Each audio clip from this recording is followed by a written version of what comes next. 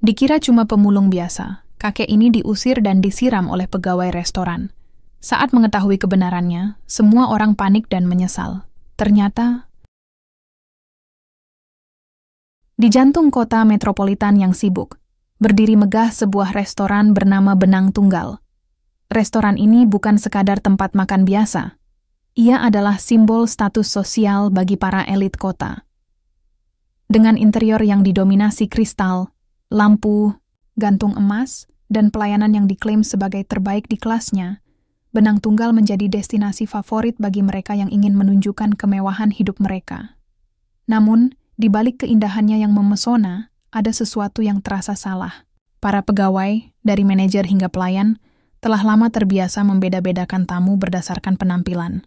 Mereka tidak pernah ragu untuk menyambut hangat orang-orang berpakaian rapi dan elegan. Tetapi jika seseorang tampak tidak pantas, mereka langsung bersikap dingin, bahkan kasar. Nilai-nilai dasar seperti keramahan, kesopanan, dan empati perlahan-lahan mulai hilang, digantikan oleh kesombongan yang tak terkendali. Di ujung gang sempit yang hanya beberapa blok dari Benang Tunggal, seorang lelaki tua duduk di atas karung besar yang reot. Dia adalah Pak Tono, seorang kakek berusia 70-an dengan rambut putih acak-acakan, kulit keriput, dan pakaian lusuh yang dipenuhi noda. Penampilannya membuat orang-orang yang lewat menghindarinya takut tertular bau atau aura kemiskinan. Namun, ada sesuatu yang aneh tentang Pak Tono. Meskipun penampilannya begitu kumuh, gerak-geriknya memiliki kepercayaan diri yang tidak biasa. Matanya yang tajam seringkali menyiratkan kebijaksanaan mendalam. Meskipun jarang ada orang yang melihat lebih dari sekadar pakaiannya yang compang-camping. Karung besar di pundaknya terlihat berat, tetapi dia membawanya dengan tenang, seolah-olah isinya bukan barang-barang rongsokan, melainkan sesuatu yang sangat berharga. Tidak ada yang tahu bahwa di balik penampilannya yang kotor dan lusuh, Pak Tono adalah pemilik Benang Tunggal Group, jaringan restoran mewah yang tersebar di beberapa negara. Hari itu, dia datang ke Benang Tunggal untuk alasan khusus, menguji integritas para pegawainya. Apakah mereka masih ingat nilai-nilai dasar yang membuat restoran ini sukses? Ataukah mereka telah tenggelam dalam lautan kesombongan? Pada sore yang cerah, pintu kaca besar Benang Tunggal terbuka dan Pak Tono melangkah masuk. Langkahnya pelan namun mantap, meninggalkan jejak kotor di lantai marmer yang mengkilap. Suasana di dalam restoran langsung berubah. Mata-mata pengunjung beralih dari menu mewah mereka ke sosok kumuh yang baru saja memasuki ruangan. Para pelayan saling berbisik, wajah mereka penuh dengan kejijikan. Salah satu pelayan muda mendekati manajer, Rico, dan berkata pelan, "Pak, ada pengemis tua masuk. Haruskah kita usir?" Rico, seorang pria berusia 30-an dengan setelan jas mahal, tersenyum sinis. Dia berjalan mendekati Pak Tono dengan langkah angkuh. Matanya menyapu seluruh tubuh kakek itu dari atas ke bawah. "Maaf, Pak," katanya dengan nada dingin. "Tapi ini bukan tempat untuk orang sepertimu. Silakan pergi." Pak Tono hanya diam. Dia menatap Rico dengan mata teduh, seolah-olah mencoba membaca apa yang ada di balik topeng kesombongan pria itu. Namun, tanpa mengucapkan sepatah kata pun, dia melangkah lebih jauh ke dalam restoran, mencoba duduk di salah satu kursi kosong. Reaksi berikutnya cepat dan brutal. Seorang pelayan lain menyiram air ke arah Pak Tono, membuat seluruh ruangan meledak dalam tawa canggung.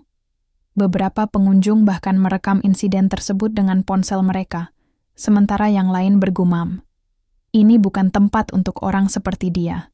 Di tengah semua itu, Pak Tono tetap tenang. Dia bangkit perlahan, menepuk-nepuk celananya yang sudah basah, dan berjalan keluar dari restoran tanpa berkata apapun. Namun, saat dia berdiri di depan pintu kaca besar, dia mengeluarkan jam tangan, mahal dari sakunya, dan memandangnya sejenak. Dengan senyum tipis, dia bergumam pada dirinya sendiri. Ternyata benar. Ujian pertama sudah gagal. Saat Pak Tono menghilang di tikungan jalan, para pegawai Benang Tunggal kembali ke rutinitas mereka, merasa lega karena sudah membersihkan restoran dari sampah jalanan. Mereka tidak tahu bahwa apa yang baru saja mereka lakukan akan membawa konsekuensi besar, yang akan mengguncang fondasi restoran mereka sendiri. Namun, di benak Pak Tono, rencana sudah mulai terbentuk.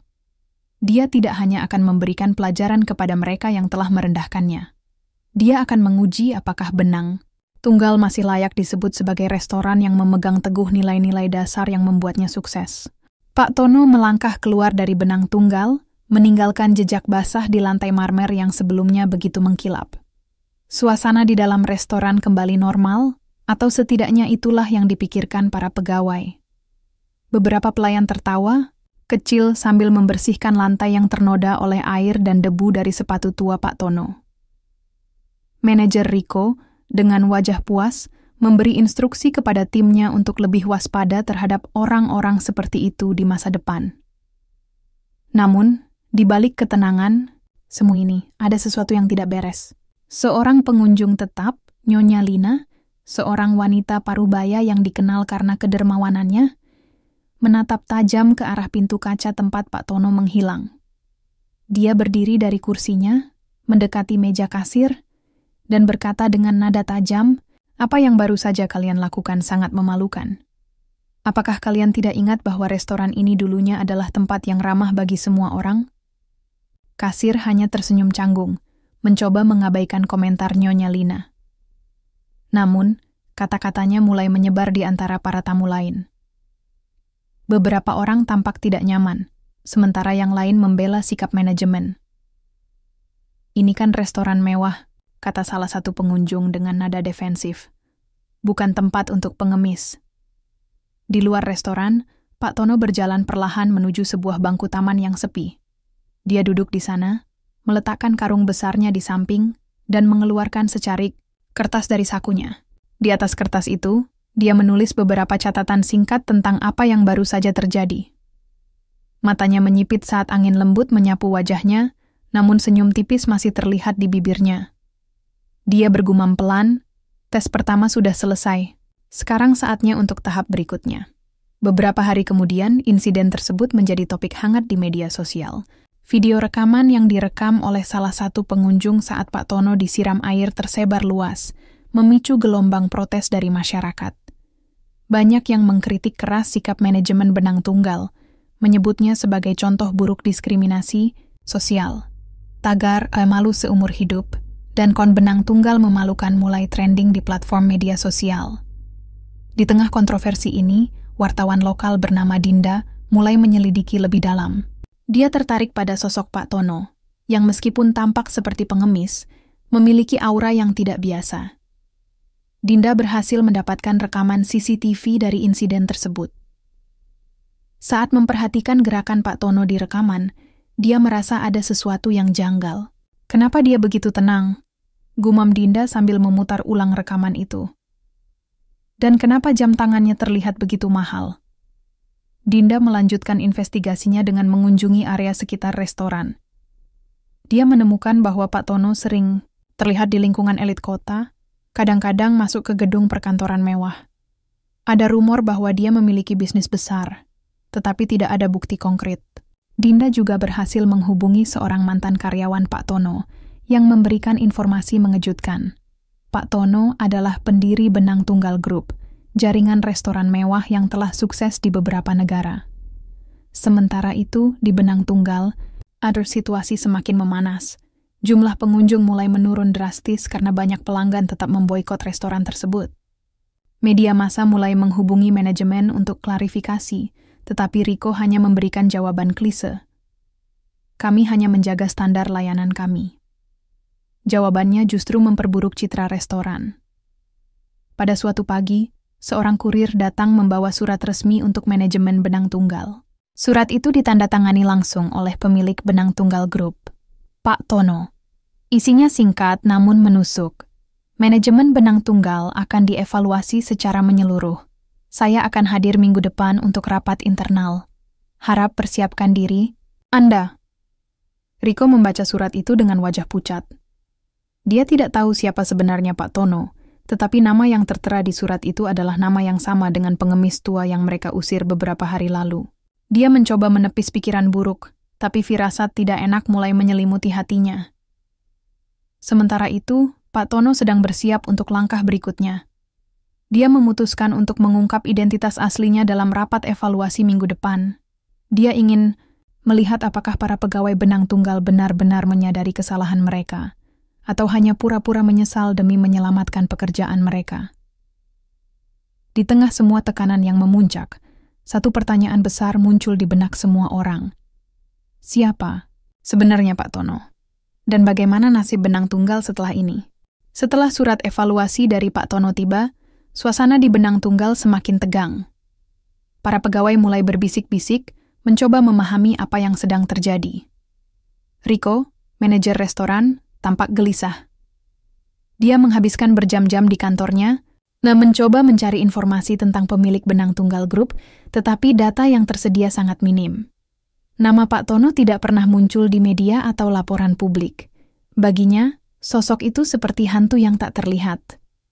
Sementara itu, investigasi Dinda, sang wartawan, semakin dalam. Dia menemukan bahwa Pak Tono jarang muncul di acara formal perusahaan. Bahkan, beberapa mantan karyawan senior mengatakan bahwa mereka hanya pernah melihatnya sekali atau 2 kali selama bertahun-tahun bekerja di bawah naungan benang tunggal grup. Namun, ada satu kesaksian yang menarik perhatian Dinda. Seorang mantan direktur operasional menyebut bahwa Pak Tono adalah sosok visioner yang sangat tertutup. Lebih suka bekerja di balik layar daripada tampil di depan umum. Dia bukan orang yang suka gembar-gembor, kata mantan direktur itu. Tapi ketika dia bicara, semua orang mendengarkan. Dia punya cara unik untuk menguji integritas karyawannya. Kesaksian ini membuat Dinda semakin yakin bahwa insiden pengusiran di restoran bukan kejadian biasa. Ada sesuatu yang lebih besar di balik kedatangan Pak Tono ke benang tunggal. Dia mulai menyusun artikelnya dengan judul provokatif. Pengemis tua atau miliarder tertutup. Misteri di balik insiden benang tunggal. Dinda memperhatikan rekaman CCTV dari hari insiden itu berkali-kali. Dia memperbesar gambar Pak Tono saat dia duduk di kursi restoran.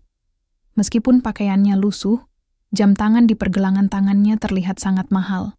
Sebuah merek langka yang hanya dimiliki oleh segelintir orang di dunia.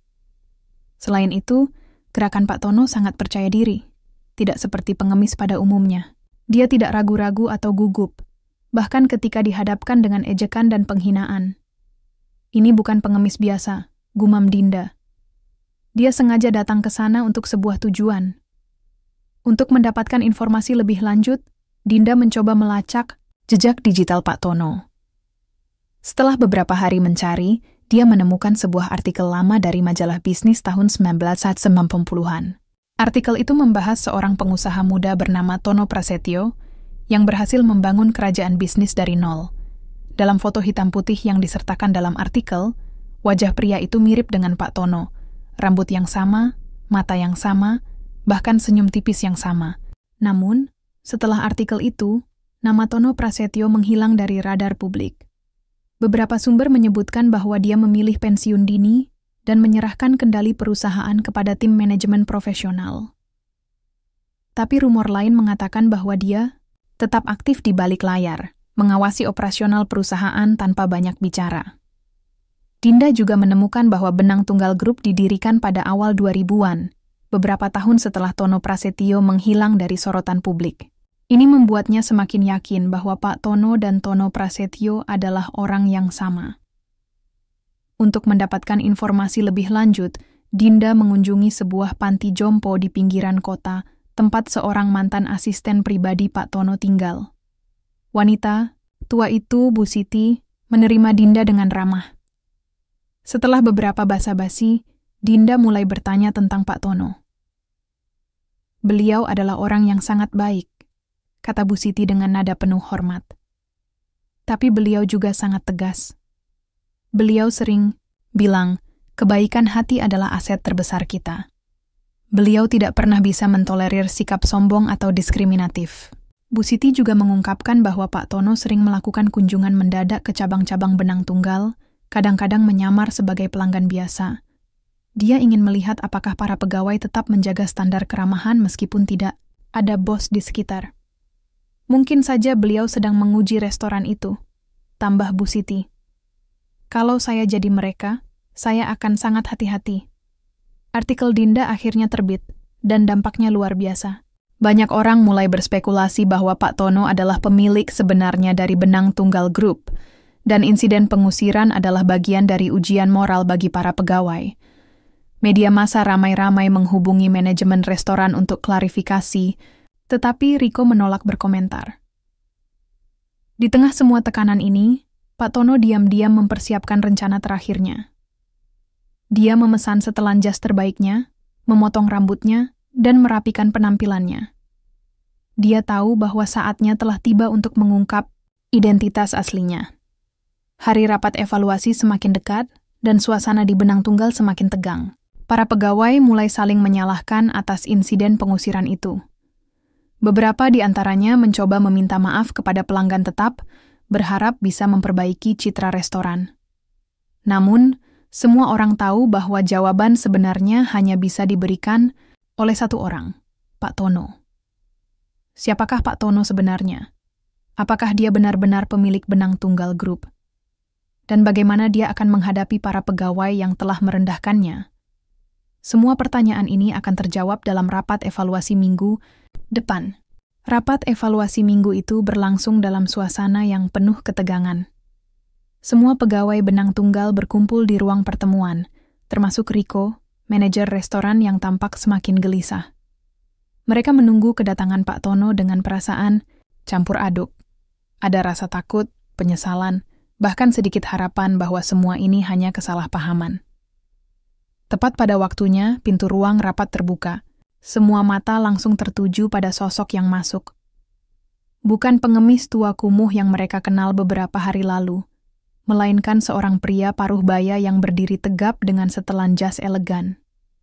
Dia adalah Pak Tono, pemilik Benang Tunggal Group, yang kini tampil dengan aura wibawa yang tidak bisa diabaikan. Semua orang terdiam. Beberapa pegawai menundukkan kepala, sementara yang lain saling bertukar pandang, tidak yakin apakah mereka harus merasa lega atau semakin takut. Pak Tono berjalan ke depan ruangan tanpa mengucapkan sepatah kata pun.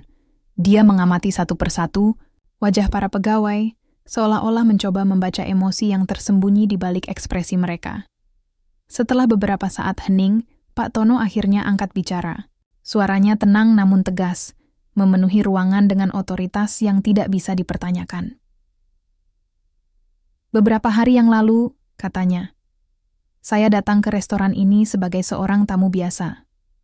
Saya ingin melihat apakah nilai-nilai dasar yang membuat Benang Tunggal sukses masih ada, keramahan, kesopanan, dan layanan tanpa diskriminasi. Dia berhenti sejenak, membiarkan kata-katanya tenggelam di benak para pegawai.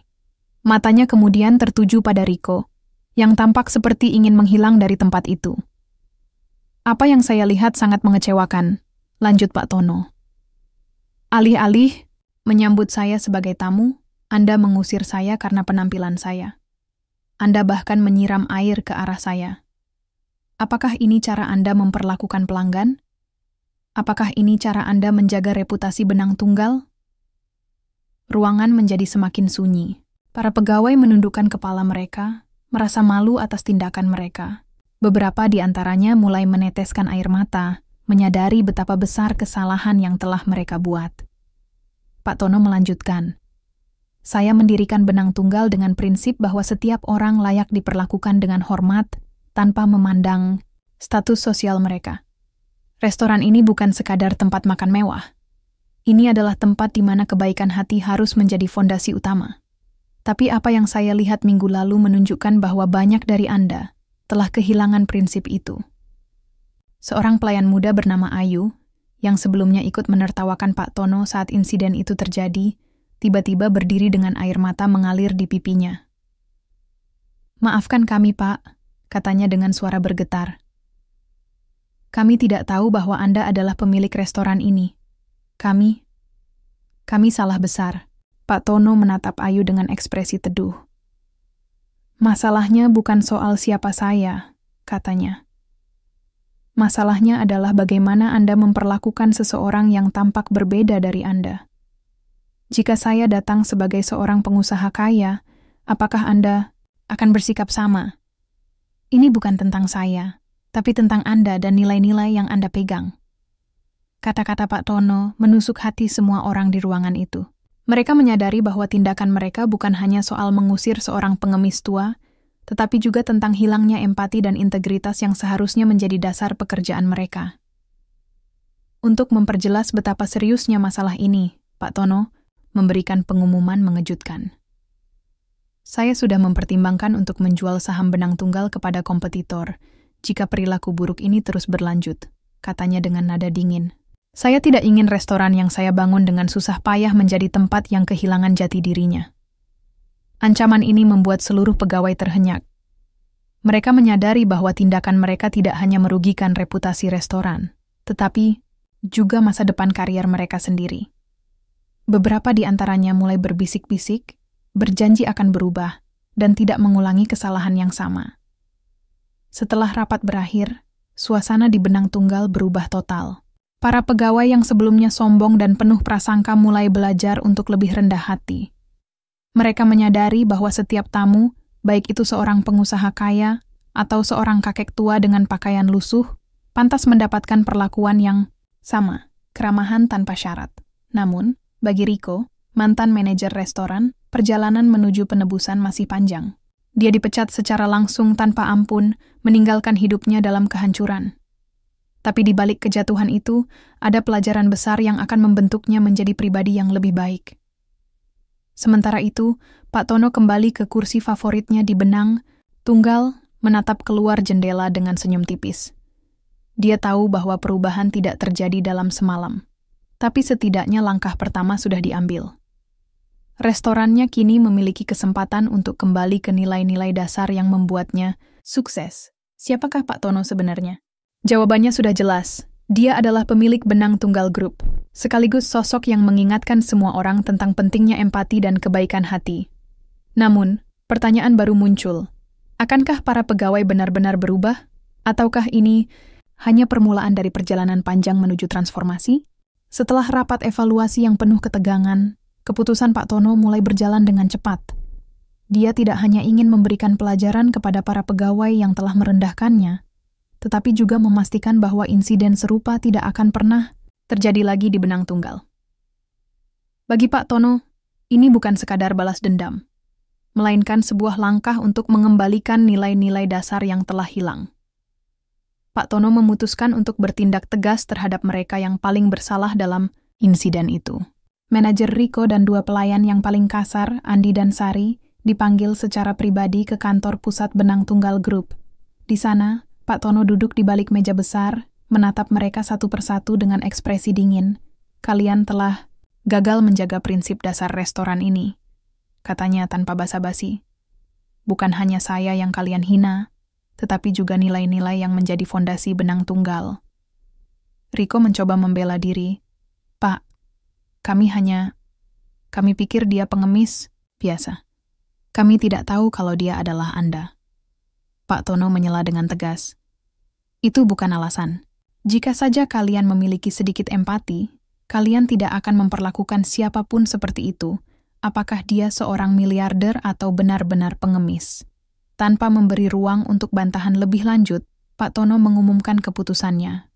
Rico, Andi dan Sari dipecat secara langsung tanpa ampun.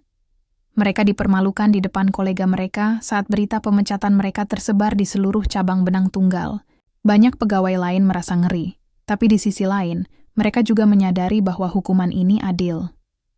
Untuk memastikan bahwa kejadian ini menjadi pembelajaran bagi semua orang, Pak Tono memperkenalkan serangkaian pelatihan intensif tentang etika kerja dan pentingnya menghormati setiap tamu. Setiap pegawai diminta untuk menulis surat permintaan maaf pribadi kepada Pak Tono, menjelaskan apa yang mereka pelajari dari insiden tersebut dan bagaimana mereka akan memperbaiki sikap mereka di masa depan. Ini bukan soal saya, kata Pak Tono saat memberikan arahan. Ini soal bagaimana kalian memperlakukan sesama manusia. Jika kalian tidak bisa melihat martabat setiap individu, maka kalian tidak pantas bekerja di tempat yang mengedepankan layanan prima. Para pegawai mulai merenung. Beberapa di antaranya, termasuk Ayu, pelayan muda yang menangis di rapat evaluasi, mulai berbagi cerita tentang bagaimana mereka telah belajar untuk lebih peka terhadap kebutuhan tamu. Mereka menyadari bahwa kebaikan hati bukanlah pilihan, melainkan kewajiban. Untuk memperbaiki citra Benang Tunggal, Pak Tono memutuskan untuk menggelar acara amal besar-besaran. Semua hasil penjualan selama acara tersebut akan disumbangkan kepada kaum duafa dan organisasi sosial lokal. Acara ini diumumkan secara luas melalui media sosial dan undangan eksklusif kepada pelanggan tetap serta tokoh masyarakat. Dinda, sang wartawan, juga hadir di acara tersebut. Dia meliput momen-momen hangat ketika para tamu dan pegawai saling berinteraksi dengan penuh hormat. Artikel terbarunya berjudul "Benang Tunggal, dari Malu Seumur Hidup ke Simbol Kebaikan" menjadi viral, memulihkan reputasi restoran tersebut di mata publik. Acara itu tidak hanya berhasil mengumpulkan dana besar untuk amal, tetapi juga membuka pintu bagi banyak pelanggan baru yang tertarik dengan nilai-nilai positif yang diusung. Oleh Benang Tunggal, restoran itu kini dikenal bukan hanya sebagai tempat makan mewah, tetapi juga sebagai tempat yang menghargai keberagaman dan kebaikan hati. Di sisi lain, Riko, mantan manajer restoran, mengalami jatuh bangun dalam hidupnya. Setelah dipecat, dia sulit menemukan pekerjaan karena reputasinya yang buruk. Banyak perusahaan enggan menerimanya, dan dia harus puas bekerja di sebuah restoran kecil milik temannya. Awalnya, dia merasa marah dan dendam pada Pak Tono, tapi lambat laun dia mulai menyadari kesalahannya. Suatu hari, saat melayani seorang pelanggan tua yang tampak sederhana, Riko teringat pada Pak Tono. Dia tersentak dan memutuskan untuk melayani pelanggan itu dengan sepenuh hati. Saat pelanggan tersebut tersenyum dan berkata, "Terima kasih, Nak. Kamu sangat baik." Riko merasakan sesuatu yang sudah lama hilang, kepuasan dari kebaikan hati. Meskipun dia tidak bisa kembali ke Benang Tunggal, Riko mulai membangun kembali hidupnya dengan cara yang lebih baik. Dia belajar untuk tidak lagi membeda-bedakan orang berdasarkan penampilan dan mulai menghargai setiap individu yang datang kepadanya. Cerita ini ditutup dengan adegan Pak Tono duduk santai di kursi favoritnya di Benang Tunggal, menikmati secangkir teh hijau. Dia memandangi lalu lintas kota yang sibuk dari balik jendela besar, sambil mendengar suara tawa dan percakapan hangat di sekitarnya. Para tamu dan pegawai saling berinteraksi dengan penuh hormat, tanpa ada jejak kesombongan atau diskriminasi. Seorang pelayan muda mendekatinya dan tersenyum ramah. "Ada yang bisa saya bantu, Pak?" tanyanya dengan nada sopan. Pak Tono tersenyum tipis. "Tidak, terima kasih. Cukup nikmati hari ini." Dia menyesap tehnya perlahan, puas dengan apa yang telah dicapai. Benang Tunggal kini tidak hanya sukses secara finansial, tetapi juga menjadi simbol keramahan dan kebaikan hati. Nilai-nilai dasar yang sempat hilang kini kembali menjadi fondasi yang kuat bagi restoran tersebut. Melalui konflik, balas dendam, dan transformasi, Pak Tono berhasil membuktikan bahwa keadilan dan kebaikan hati selalu menang. Restorannya kini menjadi contoh nyata bahwa kemewahan tidak hanya soal materi, tetapi juga tentang bagaimana kita memperlakukan sesama manusia. Setelah semua konflik dan pelajaran yang terjadi, suasana di Benang Tunggal berubah total. Para pegawai yang sebelumnya sombong dan penuh prasangka kini mulai belajar untuk lebih rendah hati. Mereka menyadari bahwa setiap tamu, baik itu seorang pengusaha kaya atau seorang kakek tua dengan pakaian lusuh, pantas mendapatkan perlakuan yang sama. Keramahan tanpa syarat. Riko, mantan manajer restoran, mengalami transformasi besar dalam hidupnya. Setelah dipecat, dia bekerja keras di sebuah restoran kecil milik temannya. Awalnya, dia merasa rendah diri dan marah, tapi lambat laun dia mulai memahami kesalahannya. Dia belajar untuk lebih peduli kepada orang lain, tidak lagi membeda-bedakan tamu berdasarkan penampilan. Meskipun tidak bisa kembali ke Benang Tunggal, dia merasa lebih damai karena telah berubah menjadi pribadi yang lebih baik. Untuk memperbaiki citra Benang Tunggal, Pak Tono memutuskan untuk menggelar acara amal besar-besaran. Semua hasil penjualan selama acara tersebut disumbangkan kepada kaum duafa. Acara ini menjadi viral di media sosial, dan banyak pelanggan tetap yang kembali ke restoran untuk mendukung inisiatif positif ini. Dinda, sang wartawan, juga meliput acara tersebut dan menulis artikel baru dengan judul Benang Tunggal, Dari malu seumur hidup ke restoran penuh empati. Artikel itu memuji langkah-langkah yang diambil oleh Pak Tono untuk memperbaiki kesalahan dan mengembalikan nilai-nilai dasar restoran. Cerita ditutup dengan adegan Pak Tono duduk santai di meja favoritnya di Benang Tunggal. Dia memesan secangkir teh hijau dan menatap keluar jendela, memandangi kota yang sibuk. Di sekitarnya, para tamu dan pegawai saling berinteraksi dengan hangat, tanpa ada jejak kesombongan atau diskriminasi. Seorang pelayan muda mendekatinya dan tersenyum ramah. "Ada yang bisa saya bantu, Pak?" tanyanya dengan nada sopan. Pak Tono tersenyum tipis. "Tidak, terima kasih. Cukup nikmati hari ini." Dia menyesap tehnya perlahan, puas dengan apa yang telah dicapai. Benang Tunggal kini tidak hanya sukses secara finansial, tetapi juga menjadi simbol keramahan dan kebaikan hati. Nilai-nilai dasar yang sempat hilang kini kembali menjadi fondasi yang kuat bagi restoran tersebut. Melalui cerita ini, pesan moral tentang empati, kerendahan hati, dan pentingnya menghormati sesama disampaikan dengan kuat. Pak Tono tidak hanya memberikan pelajaran kepada para pegawai Benang Tunggal, tetapi juga kepada pembaca, bahwa setiap orang memiliki martabat yang sama, dan kebaikan hati adalah aset terbesar kita sebagai manusia.